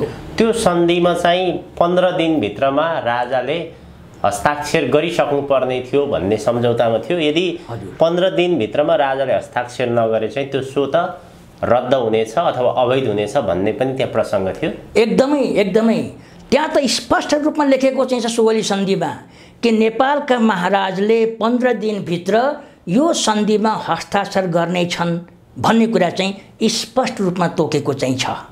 र अहिलेसम्म पनि एउटा त त्यो मूल जुन सुगौली सन्धि हो त्यसको त्यो सन्धिको हामीले त्यो प्रति नै पाउन सकिरहेका चाहिँ छैनौँ। एकदमै मलाई लाग्छ चाहिँ त्यो अङ्ग्रेजले जुन छ राखेको हुनुपर्छ उसको आफ्नो कतै सुरक्षित रूपमा र इन्डियाले पनि म सुन्छु हैदराबादमा कतै चाहिँ त्यो प्रति राखेको चाहिँ छ। नेपालमा पनि त्यो प्रति चाहिँ थियो, पहिले थियो। किनभने जस्तो हाम्रो फणीधर नेपालजीले भनेअनुसार जब राष्ट्रसङ्घमा सदस्य बन्ने कुरा हुँदाखेरि तिम्रो सार्वभौम सत्ताको प्रमाण के त भन्ने कुरा गर्दाखेरि यहाँबाट सुगौली सन्धिको एउटा लिपि एउटा जुन छ चाहिँ त्यो त्यहाँ गएको चाहिँ छ र त्यसको आधारमा पनि यसलाई सदस्यता दिएको हो। र त्यसको आधारमा के भन्न सकिन्छ भन्दाखेरि त्यहाँ राजाको सही छाप छैन र राजाको सही छाप नभएको हुनाले त्यो अवैधानिक दस्तावेज हो। त्यो सुगौली सन्धि भएकै छैन। सुगौली सन्धिमा दुवै पक्षको बीचमा त हस्ताक्षर हुनुपर्छ। राजाको हस्ताक्षर अनिवार्य चाहिँ खोजिया चाहिँ छ। जबसम्म त्यो राजाको हस्ताक्षर हुँदैन तबसम्म चाहिँ सुगौली सन्धि वैध हुँदै होइन। जालसाजी हो, कृत्य हो, त्यो काम नलाग्ने व्यर्थको कागजको टुक्रा हो। र अहिले पनि र अर्को कुरा म स्पष्ट भनिदिन्छु कि नेपालले त्यो बेलामा इस्ट इन्डिया कम्पनीसँग त्यो सुगौली कथित सुगौली सन्धि गरेको हो। त्यो बेलामा त भारत भन्ने कुनै देशै थिएन, भारत भन्ने देश नै थिएन। इस्ट इन्डिया कम्पनीले अवधदेखि लिएर मराठादेखि लिएर पन्जाबदेखि मैसुरदेखि लिएर सारा कश्मीरसम्म सारा भूभाग त इस्ट इन्डिया कम्पनीले लडाइँमा जित्दै बङ्गालहरूदेखि उडिसादेखि लिएर यी सारालाई अङ्ग्रेजले जितेर एउटा चाहिँ इन्डिया बनाइदिएको हो। र त्यो इन्डियाको शासक को हो भन्दाखेरि east India company. East India company चाहिँ कसको अधीनमा भन्दाखेरि चाहिँ त्यो ब्रिटिस साम्राज्यको जुन छ चाहिँ ब्रिटिस सरकारको अधीनमा रहेको इस्ट इन्डिया कम्पनी हो। नेपाल सरकारले त्यो बेलामा सन्धि नै गरेको भने पनि त्यो त इस्ट इन्डिया कम्पनीसँग सन्धि गरेको हो।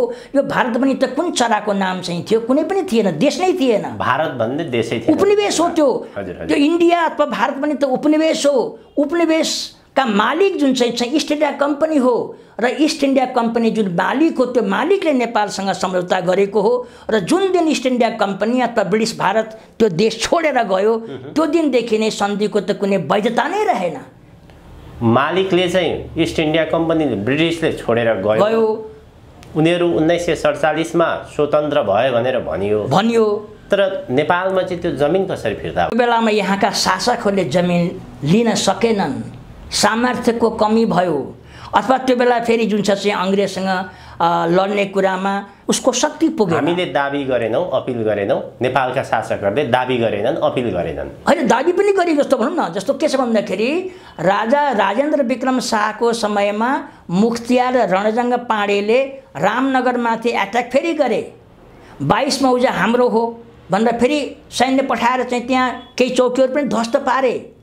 तर उसले अङ्ग्रेजले चाहिँ के भन्यो भन्दाखेरि खबरदार यदि जुन छ चाहिँ हामीमाथि चाहिँ हाम्रो चाहिँ यो मौजा फिर्ता गरिनस्, रामनगरमाथि एट्याक गरिस् भने हामी धुलो पिठो पार्छौँ भन्ने धम्की दिएर त्यो बेलामा शक्तिशाली पुरा सारा भारत खाएर बसेको इस्ट इन्डिया कम्पनी ब्रिटिस सरकारले धम्की दिएको हुनाले अनि ब्याक भएर मुख्तियार रणजङ्ग पाण्डेलाई नै पनि त्यो मुख्तियार पदबाट पनि हटाउनु परेको इतिहास चाहिँ छ। दाबी गरिएको चाहिँ छ, भनिएको चाहिँ छ। तर जबरजस्ती जुन छ उसले अवैधानिक रूपमा त्यो जग्गा हाम्रो भूभाग हाम्रो दबाएर बसेको चाहिँ छ। र अझै पनि जुन छ चाहिँ इस्ट इन्डिया कम्पनी जुन मालिक हो, जुन भारतको शासक हो, त्योसँग हाम्रो सन्धि सम्झौता भएको हो। त्यो पनि कथित सन्धि सम्झौता भएको हो, अवैधानिक सम्झौता भएको चाहिँ छ। र मैले सुनेअनुसार अङ्ग्रेज जाँदाखेरि त्यो बेलामा मोहन शमशेरलाई उनीहरूले भनेका पनि चाहिँ थिए अरे कि तिम्रो आफ्नो भूभाग लिएर जाऊ। तर यहाँको कमजोर जुन छ मोहन शमशेरले आफ्नो शक्ति जान्छ, राज्य जान्छ, भारतसँग लड्नुपर्छ भनेर त्यो दाबी नै उनले गरेनन् भन्ने पनि जुन छ चाहिँ एउटा पत्रिकामा त्यो निस्किएको चाहिँ छ। त्यसैले राजेन्द्र विक्रम शाह राजाको बेलामा आएर मोहन शमशेरको बेलामा पनि यी सबै कुराहरू भएका चाहिँ छन्। र नेपाल देशको सामर्थ्य अङ्ग्रेजले के चाहेको थियो भन्दाखेरि नेपालको यो विशाल शक्ति यदि अघि बढ्यो भने त यसले भोलि भारतलाई पनि सिद्ध्याउन सक्छ। यो यस्तो शक्ति हो, यो नेपालभित्र यस्तो शक्ति चाहिँ छ।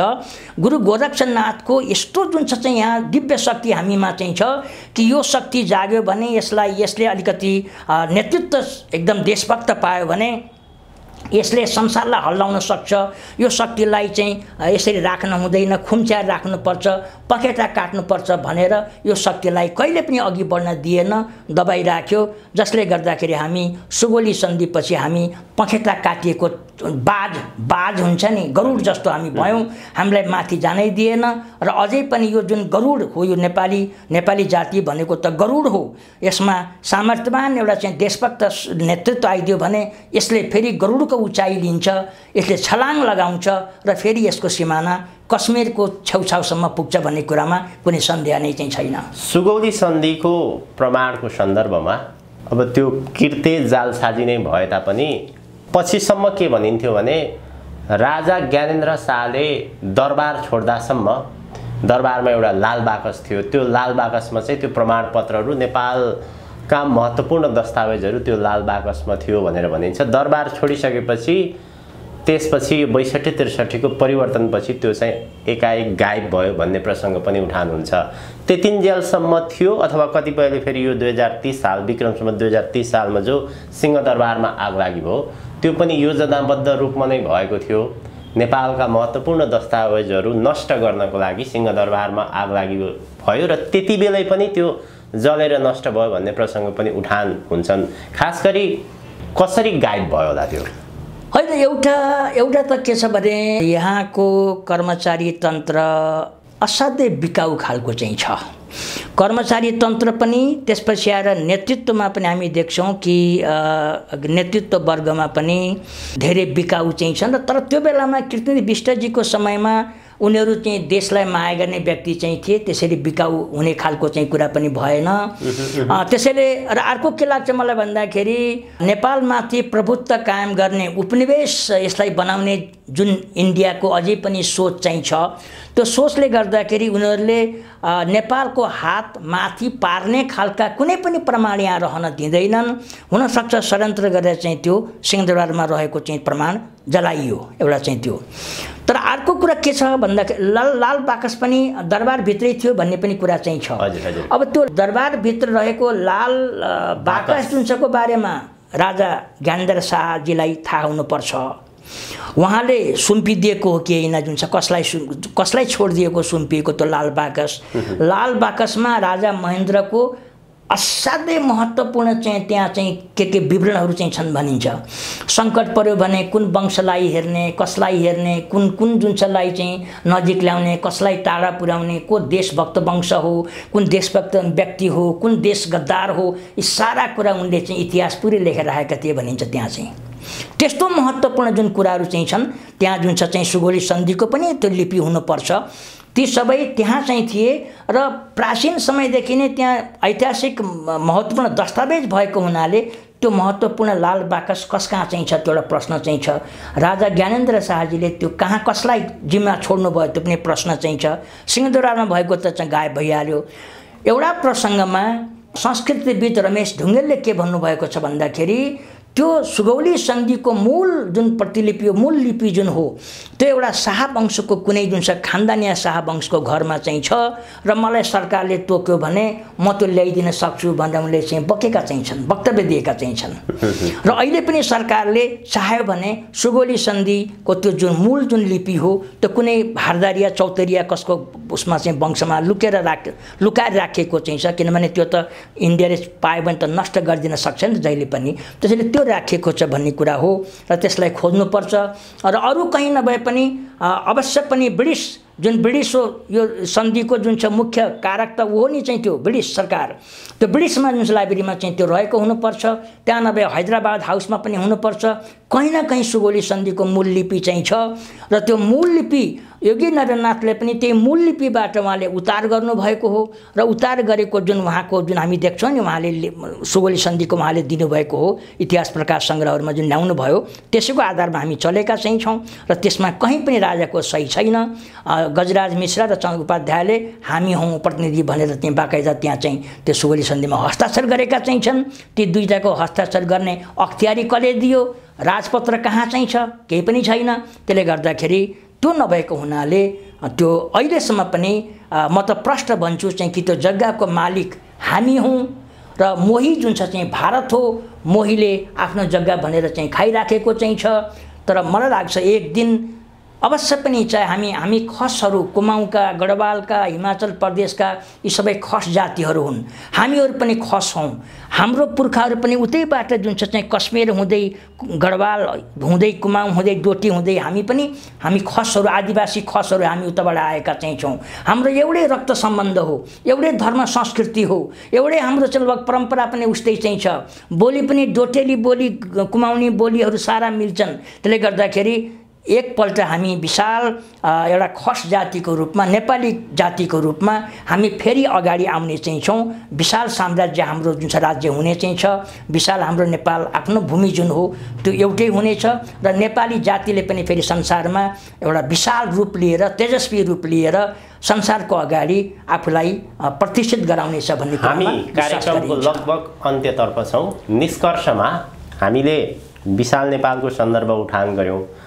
अंग्रेज र नेपाल बीचको युद्धका कारणहरू सुगौली सन्धि के थियो, त्यसपछि नेपालले त्यो जमिन कसरी गुमायो भन्ने सन्दर्भमा छलफल गऱ्यौँ। अब अहिलेको वर्तमान नेपालको भूमिमा उभिएर हेर्दा जो विशाल नेपालको प्रसङ्ग छ, अहिले त त्यो जमिन इन्डियाले उपभोग गरिरहेको छ।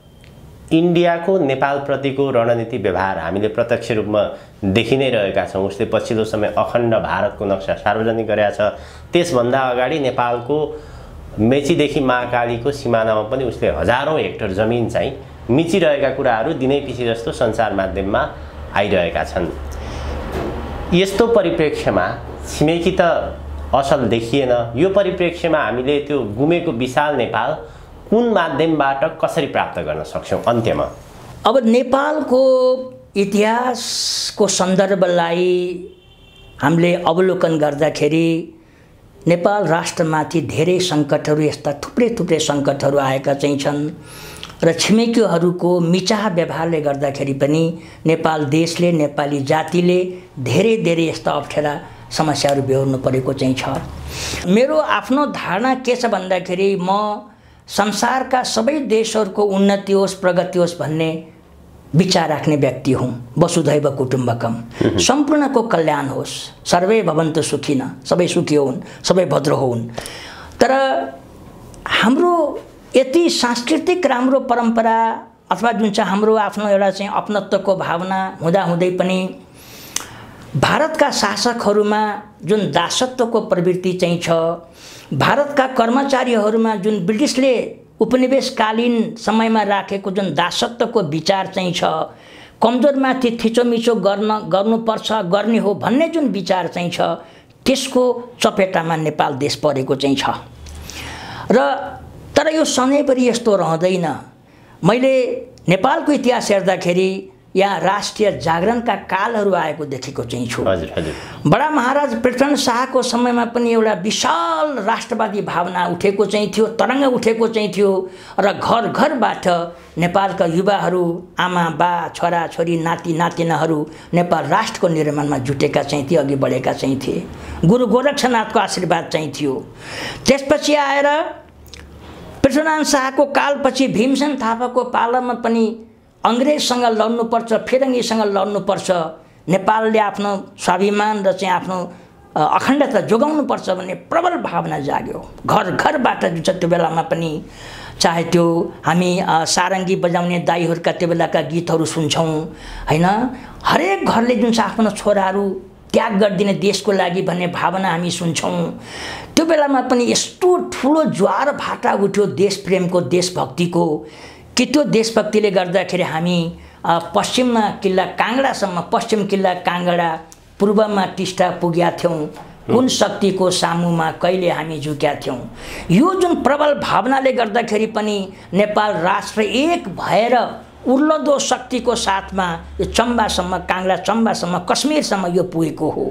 र त्यसपछि म प्रश्न के भन्छु भन्दाखेरि राजा महेन्द्रको समयमा पनि एउटा यस्तो विशेष भावना जागेको चाहिँ थियो नेपाली जनतामा, देश बनाउनुपर्छ, देश जोगाउनुपर्छ, देशको स्वाभिमानको रक्षा गर्नुपर्छ भन्ने असाध्यै ठुलो भावना जागेको हो त्यो बेलामा पनि, राष्ट्रिय भावना। त्यसपछि आएर 46 सालपछि पनि राष्ट्रिय भावना, राष्ट्रको जागरण, राष्ट्रमा केही उन्नति हुन्छ, प्रगति हुन्छ, अब यो बहुदल आएपछि लोकतन्त्र आएपछि त हामीले नेपाललाई एउटा ठुलो विशाल नेपाल बनाउन सक्छौँ, समृद्ध नेपाल बनाउन सक्छौँ भन्ने पनि त्यो बेला पनि ज्वारबाट आएको हो। र म त भन्छु अझै जानेर नजानेर अरू देशले परिचालित गरेर अरू देशको एजेन्ट भएर माथिको नेतृत्वले काम गरे पनि त्यो बेलामा माओवादमा जनयुद्ध कालमा पनि राष्ट्र झुगाउनुपर्छ, 1950 को अपमानपूर्ण सन्धि खारेज गर्नुपर्छ, विशाल नेपाल हाम्रो हो भन्ने जुन भावना, नेपाल राष्ट्रलाई समृद्ध गर्ने भावना पनि हरेक मानिसमा त्यो तरङ्ग आएको चाहिँ थियो। त्यसलाई दलाल नेतृत्वले त्यसको चाहिँ सही उपयोग गर्न सकेन र त्यो भावना त्यसै सेलाएर गएको चाहिँ छ। अहिले भगवान पशुपतिनाथको चाहिँ मलाई लाग्छ चाहिँ उनले सद्बुद्धि दिएर होला नरेन्द्र मोदीले सांस्कृतिक भारत भनेर चाहिँ आफ्नो संसद भवनमा जुन तस्बिर राखिदिए, त्यो तस्बिर राख्नुको अर्थ हो अखण्ड नेपाल अथवा विशाल नेपाल यो तिम्रो हो, कश्मीरसम्म पुग्ने तिम्रो हक छ भनेर गोरक्षनाथ बाबाले पशुपतिनाथले फेरि एकपल्ट चाहिँ त्यो जागरण ल्याइदिने वरदान दिएको हुनुपर्दछ छ। किनभने सांस्कृतिक रूपमा होइन, चन्द्रगुप्त मौर्यको समय र मौर्यको समयमा अफगानिस्तान लगायतका केही भूभाग उसको रहे पनि नेपालमा उसले आएर नेपालमा कुनै शासक यहाँ राखेको इतिहास चाहिँ छैन। नेपालमा कुनै शासन चलाउने वंश स्थापना गरेको केही पनि हामी देख्दैनौँ। हो अशोक जुन छ चाहिँ लुम्बिनीमा आएर भगवान बुद्धको स्तूपमा आएर उनले ढोक गरे, आफ्नी छोरी राजकुमारीलाई यहाँ बिहा गरिदिए राजकुमारसँग, त्यो इतिहास चाहिँ छ। तर त्यो बेला पनि नेपाल स्वतन्त्र रहेको चाहिँ छ। नेपालको इतिहासमा कसैसँग पनि यो झुकेर दबेर रहेको छैन, यसको स्वतन्त्र इतिहास चाहिँ छ, यो अखण्ड नेपाल चाहिँ छ। कसैले पनि यसमाथि हमला गरे पनि त्यो पतन भएको हामी इतिहास देख्छौँ। त्यसैले यो जुन चाहिँ नेपाल चाहिँ छ यसमा राष्ट्रभरिका युवाहरू, आमा बा सबै सारा जुन छमा एउटा चेतना जागृत हुँदै चाहिँ छ कि हामी थिचेका चाहिँ छौँ, हामी मिचेका चाहिँ छौँ, हामी फेरि उठ्नुपर्छ, दलाल नेतृत्वलाई पछ्याउनुपर्छ, पछ्याउनु हुँदैन, यसलाई हटाउनुपर्छ र हाम्रो जुन भूभाग हो, हाम्रो अहिले पनि हाम्रो मालिक, हामी मालिक हौँ त्यसको, त्यो भूभाग हामीले हासिल गर्नुपर्छ भन्ने खास गरी युवा सन्ततिहरूमा र देशभक्तहरूमा त्यो भावना जागृत भएको चाहिँ छ। र एउटा आगोको फिलिङ्गोले वन डढाउँछ भने जस्तै एउटा राष्ट्रियताको भक्ति, राष्ट्रको भक्ति, राष्ट्रप्रेम र आफ्नो सामर्थ्य, आफ्नो पुरानो गौरवमय इतिहासलाई सम्झेर अब जुन छ जुन युवा जागृत भइराखेको चाहिँ छ, देशभक्तहरू जागृत भइराखेका चाहिँ छन् र माटो नेपाल माटो पनि बिस्तारै बिस्तारै जुन जागृत अवस्थामा आइराखेको चाहिँ छ, त्यसले मलाई लाग्छ एक दिन यति ठुलो जुन छ चाहिँ यो आवाज गुन्जिने चाहिँ छ र यस आवाजमा कुमाउँका हाम्रा दाजुभाइ, गढवाल हिमाचल प्रदेशका हाम्रा खस दाजुभाइ दिदीबहिनीहरूले पनि हामीलाई साथ दिने चाहिँ छन्। र त्यसपछि हामी कसरी जाने, कसरी अघि बढ्ने, किनभने उनीहरू पनि इन्डियन हुने छैनन्। इन्डिया पनि होइन, त्यो इन्डिया पनि त होइन नि, त्यो त पहिले कुमाउँ राज्य छुट्टै चाहिँ थियो, गढवाल राज्य छुट्टै चाहिँ थियो, त्यो त्यहाँका राजाहरू चाहिँ थिए, त्यो त अङ्ग्रेजले उनीहरूलाई पनि त क्याप्चर गरेको, जितेर लिएको हो। कुरा गर्ने हो भने त्यो इन्डियाको कहिले पनि त्यो राज्य होइन नि त्यहाँ चाहिँ। त्यसले गर्दाखेरि त्यसको पनि इतिहास चाहिँ छ र जहिले पनि पुरानो समयदेखि, खस राज्यको समयदेखि पनि गढवाल कुमाउँसँग हाम्रो पुरानो सम्बन्ध, आफ्नो चेलीबेटी दिने लिने संस्कृति परम्परा चाहिँ छ। त्यसैले चाहे त्यो दार्जिलिङका, चाहे त्यो सिक्किमका, गढवाल कुमाउँदेखि लिएर हिमाचल प्रदेशका हाम्रा सारा जुन छ चाहिँ खस मङ्गोल जति पनि हामी दाजुभाइहरू चाहिँ छौँ, दिदीबहिनीहरू चाहिँ छौँ, एक स्वरले हामीले आवाज उठायौँ भने र नेपाली जाति एकपल्ट उठ्यो भने, जाग्यो भने यसलाई संसारले हल्लाउन सक्दैन। संसारको कुनै पनि शक्तिमा यो शक्ति छैन चाहिँ कि नेपाली जातिको सामर्थ्यलाई यसले दबाउन सकोस्। एकपल्ट जाग्नुपर्छ, जाग्ने क्रम सुरु भएको चाहिँ छ।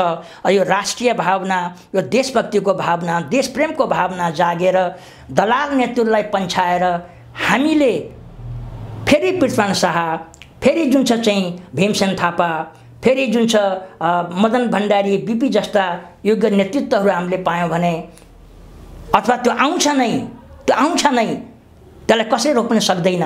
त्यसो भयो भने नेपाली जाति एकजुट भएर अगाडि बढ्ने सङ्केतहरू लक्षणहरू देखा परेका चाहिँ छन् र नेपाली जाति एकपल्ट फेरि उठ्ने चाहिँ छ। फेरि देशभक्तिले एकदमै जुन छ सराबोर भएर परिपूर्ण भएर आफ्नो देशको लागि आफ्नो यो स्वाभिमानको लागि अगाडि बढ्छ भन्ने कुरामा म त 100% विश्वस्त चाहिँ छु। अब गोरक्षनाथ बाबाले पशुपतिनाथ बाबाले हामीलाई मलाई लाग्छ उहाँले फेरि हामीलाई आशीर्वाद दिएर जगाउने वरदान दिनुभएको छ। नेपालको इतिहासमा यस्ता प्रकारका चरम सङ्कटहरू देखा परेका छन्। हजुर हजुर। तर त्यो नेपालको प्रगति र उन्नतिको लागि हजुर त्यही एउटा चाहिने परिप्रेक्ष्यमा सेरोफेरोमा अहिले देशको अवस्था देशको राजनीति स्थिति उभिएको छ। हो सङ्कटपूर्ण घडी चाहिँ छ। अहिले चारैतिरबाट सङ्कट आएको देखिन्छ। तर यो सङ्कटले नै जुन छ चाहिँ एउटा देशभक्त नेतृत्वलाई अघि ल्याउँछ र त्यो देशभक्त नेतृत्वले हाम्रा स्वाभिमानको रक्षा गर्ने चाहिँ छ, अखण्डता र हाम्रा गुमेका भूभागहरू पनि फेरि ल्याउने चाहिँ छ र हामी फेरि जुन छ चाहिँ गङ्गाको छेउछाउसम्म हामी पुग्छौँ। हाम्रो समुद्रसँगको हाम्रो सिमाना हो, त्यो सिमाना हामीले ल्याइ छाड्छौँ, पाइ छाड्छौँ र यसमा ब्रिटिस जुन चाहिँ शक्ति हो, ब्रिटिस सरकार हो, त्यसले पनि बोल्नुपर्छ। किनभने उसले जबरजस्ती हाम्रो भूभाग क्याप्चर गरेको हो। ऊ गएपछि हाम्रो भूभाग त स्वतन्त्र रूपमा चाहिँ छ, उसले बोलिदिनुपर्छ। राष्ट्रसङ्घले पनि बोल्नुपर्छ, हाम्रा मित्र देशहरूले पनि बोल्नुपर्छ। मलाई लाग्छ यो जातिलाई सहयोग गर्यो भने उदाहरणको लागि जस्तो महाशक्ति अमेरिकासँग सानो भियतनाम जस्तो सानो देश, त्यहाँका लाखौँ जनता लडे, हजारौँ टन बम खसायो अमेरिकाले, तर पनि भियतनामी जातिलाई उसले रोक्न सकेन। विजय भियतनामी जातिकै भयो, भियतनामी जनताको भयो। त्यसै गरी नेपाली जनता पनि उठ्दै चाहिँ छन्, जाग्दै चाहिँ छन् र यो शक्ति जागेपछि यसलाई संसारको कुनै पनि शक्तिले रोक्न सक्दैन र यसले पुरानो आफ्नो जुन इतिहास हो, आफ्नो जुन गौरव हो त्यो हासिल गर्छ। समृद्ध देश शक्तिशाली बन्छ। र मैले यसभन्दा अगाडि पनि कुनै बेला यहाँ भनेको चाहिँ थिएँ कि नोस्ट्राडम्सको पनि भविष्यवाणी चाहिँ छ, यो एउटा शक्तिशाली सुन्दर देश समृद्ध देश बन्नेछ भन्ने पनि चाहिँ छ। र हाम्रो यो देश दैवीय शक्तिको भण्डार हो, ब्रह्माण्डीय ऊर्जाको केन्द्र हो। यहाँ दबाइएको चाहिँ छ शक्तिलाई शिक्षाको माध्यमबाट, संस्कारको माध्यमबाट अथवा जुन छ चाहिँ अरू प्रपञ्चबाट त्यो शक्ति जाग्ने बित्तिकै, त्यो जुन चाहिँ कुण्डलिनी जाग्ने बित्तिकै ब्रह्माण्डीय शक्ति जब अब जाग्दैछ, त्यो जाग्ने बित्तिकै नेपाली जाति त संसारको अजेय जाति हो, अजोड जाति हो। यसलाई कसैले रोक्न सक्दैन। हस्, आजको हजुरको अत्यन्त महत्त्वपूर्ण समय र विचारप्रति म हृदयबाट नै आभार प्रकट गर्न चाहन्छु। धन्यवाद प्रदीप बाबु। अनि साथै संसारभरि रहेका मेरा सम्पूर्ण बन्धु बान्धव नेपाली जातिलाई म यो राष्ट्रको समृद्धि, सुख र आफ्ना भूभाग फेरि ल्याउनको लागि सहयोग गर्न हार्दिक अनुरोध गर्दछु। धन्यवाद।